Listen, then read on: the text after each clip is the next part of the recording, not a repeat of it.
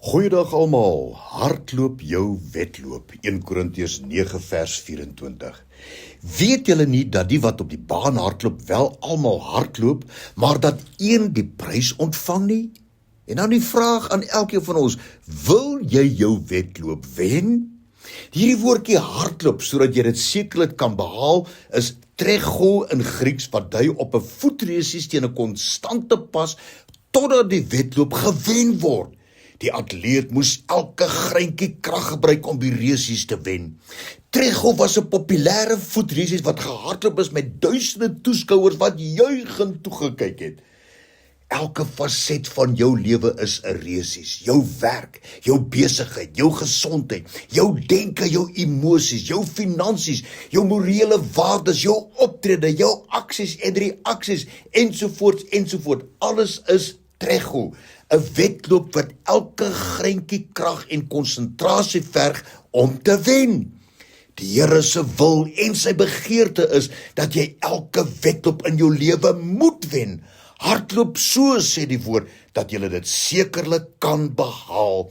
Duisende mense om jou hou jou dop, waar jy ook al kom, jou optrede, jou gedrag, wat jy doen en hoe jy dit doen. Mense sien dit raak. 1 Korintiërs 9 vers 24, weet julle nie die wat op die baan hardloop wel almal hardloop, maar dat een die prys ontvang nie, hardloop so, dat julle dit sekerlik kan behaal. Nou hierdie woordjie behaal is katalambano in Grieks, wat dui op iets wat iemand gevind het, waarna hy sy hele lewe al naar stigtelik gesoek het. En omdat hy dit nou gevind het, gryp hy dit vas met elke greintjie mag, en hy sal dit nie laat los nie. Ja, en dis die Here wat hier in die woord vir ons sê, hardloop so, dat jy dit sekerlik kan behaal. Dit is eintlik wat die Here vra vir jou vandag is, wil jy jou wedloop wen, my kind? Jy weet, die geesteswêreld het nie iets soos 'n tweede plek nie. Ons behoort die oorwinnaars te wees van elke wedloop in ons lewens.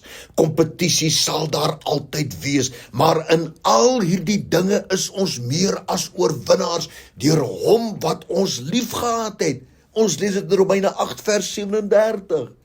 1 Korintiërs 9 vers 26, ek hardloop soos een wat nie onseker is nie, ek slaan met die vuis soos een wat nie in die lug slaan nie. En dan vra die Here weer eens aan elkeen van ons, my kind, wil jy wen?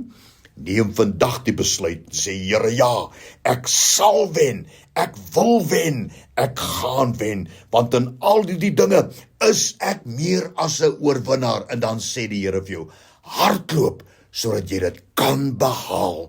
Dankie daarvoor, Here, in Jesus naam, amen.